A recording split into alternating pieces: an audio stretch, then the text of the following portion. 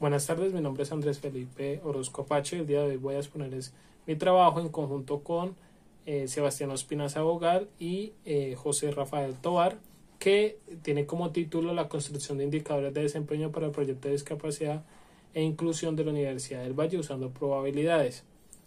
Como introducción podemos hablar un poco del proyecto de discapacidad e inclusión que se creó en el año 2016.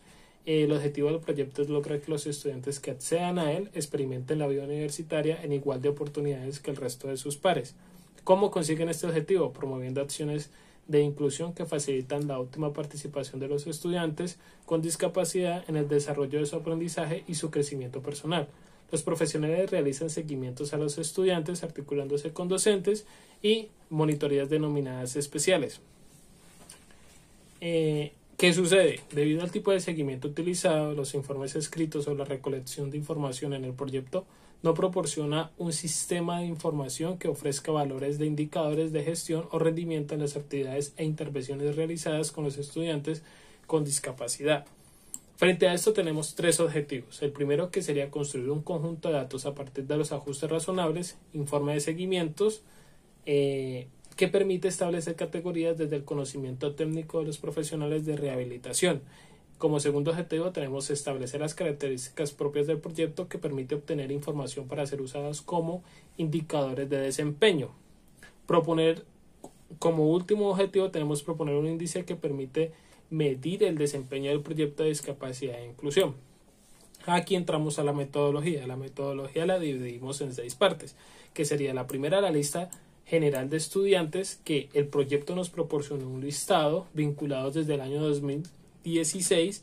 Cada uno de estos documentos fue revisado para identificar cuáles existían y verificar la estructura que tenía, que la dividimos en 3 componentes. El primer componente consta de la entrevista inicial que se le hace al estudiante cuando llega al proyecto. El componente 2 es el registro de actividades de aquellos estudiantes con discapacidad que se les fue asignado un monitor, y el tercer componente es el seguimiento que realizan los profesionales del proyecto, que se conoce como ajustes razonables.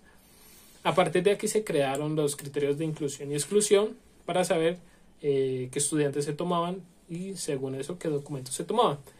Después de esto se habló del procesamiento, que para utilizar el software estadístico R se necesitaba hacer un procesamiento de los documentos, tales como la transformación del formato de los documentos de Word a PDF y la unión de todos los seguimientos que tenían los estudiantes a un solo seguimiento, porque hay estudiantes que tenían un seguimiento como podían tener varios seguimientos.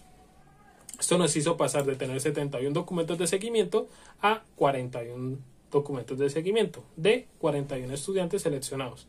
Después de esto se hizo una prueba piloto. Según los resultados de la prueba piloto se hicieron los respectivos ajustes y se hicieron la creación de los unigramas y bigramas.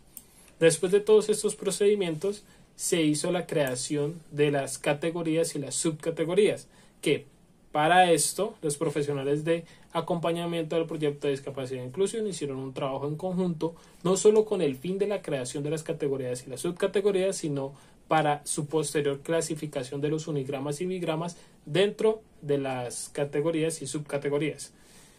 Aquí podemos hablar que salieron 3 categorías y en cada una sus respectivas subcategorías, que sería proyecto de discapacidad e inclusión como primera categoría, y sus 4 subcategorías hablamos de los procesos administrativos, procesos de caracterización, ajustes razonables y procesos de seguimiento. Como segunda categoría tenemos los programa académico, que sería la actividad de aprendizaje, y contexto de aprendizaje como sus 2 subcategorías. Y por último tenemos la categoría de sujeto, donde sus 2 subcategorías hablamos de la condición de salud y curso de vida. Después de haber hecho esto se hace la respectiva clasificación de los unigramas y bigramas. Aquí ya podemos hablar de algo que es eventos. ¿Por qué? Cuando clasificamos palabras, no estudiantes. Esto genera que un estudiante esté en una o todas las categorías. Entonces, por criterio de los profesionales del proyecto, se agrupa por cada 2 subcategorías, lo que genera los diferentes eventos en donde un estudiante esté en una de las 2 subcategorías o en ambas. Esto asegura que sea mutuamente excluyente entre ellos. Y aquí podemos hablar del método de licitación. Para obtener los hiperparámetros de la distribución a priori, se realizó una licitación donde se le preguntó a la profesional del 1 al 100 entre qué cantidad pensaría que están los estudiantes en cada grupo de eventos, asignando los resultados de cada uno de sus respectivos a su cantidad. Además de este procedimiento, se realizó algo llamado análisis multicriterio, donde la profesional asigna pesos en una escala entre 2 a 4, o por decirlo de otra forma, la importancia de cada evento, dándole al evento que tiene las dos subcategorías del estudiante el peso más alto. Aquí hablamos ya de la modelación. Se toma la información de un estudiante obtenida a partir de la caracterización realizada por los profesionales y se observa qué grupo presenta o qué grupos presenta, dado que cada dos subcategorías se construye 3 grupos y se modela cada par de subcategorías de manera independiente dados los eventos, utilizando el modelo multinomial para cada una. Esto quiere decir que tenemos 3 multinomiales para cada evento. ¿Cómo se trabaja una metodología bayesiana? A los modelos estadísticos se les asigna una distribución previa no informativa de Dirichlet propuesta por Bayes y Laplace. Y para las distribuciones previas informativas se utilizan las frecuencias obtenidas mediante la licitación y la metodología empleada por Elfaldi y Paulo Garwain en el año 2013. Después de hacer todo este procedimiento, se habla de la creación del índice heurístico.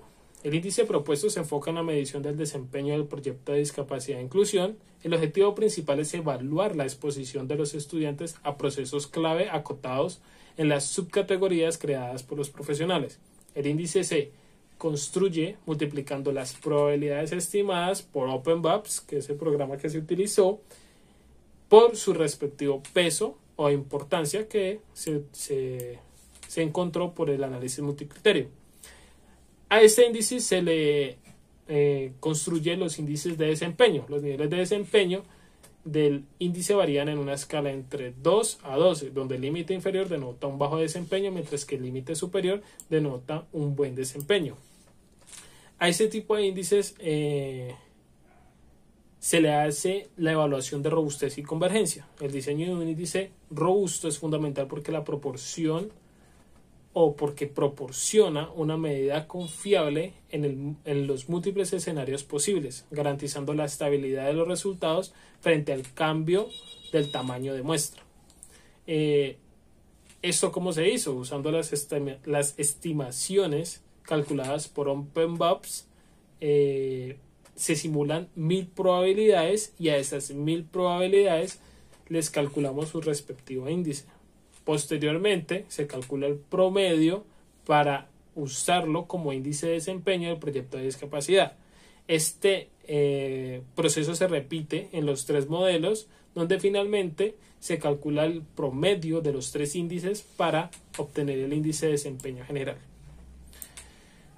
Como resultados se muestran 2 resultados principales, que sería el primero, la clasificación de los unigramas, o sea, cuántos unigramas o la frecuencia de unigramas que fue clasificada en cada categoría y en cada subcategoría utilizada. Por otra parte, tenemos la distribución muestral y la estimación de la media fue igual a 11,04, el cual se encuentra cerca del máximo nivel del desempeño y indicando que el proyecto de discapacidad e inclusión ha mostrado un rendimiento favorable.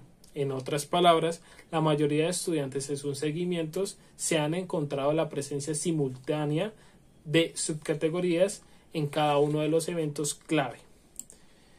Y hablando de la metodología empleada, permitió la creación de un índice que se enfoca en la cantidad de gestiones realizadas por el proyecto a favor de los estudiantes, proporcionando una medida numérica que refleja el grado de cumplimiento de los objetivos y la efectividad de la implementación en acciones del proyecto de discapacidad e inclusión. Ya por último se muestran las referencias que mayormente se tuvieron en cuenta y muchas gracias por su atención.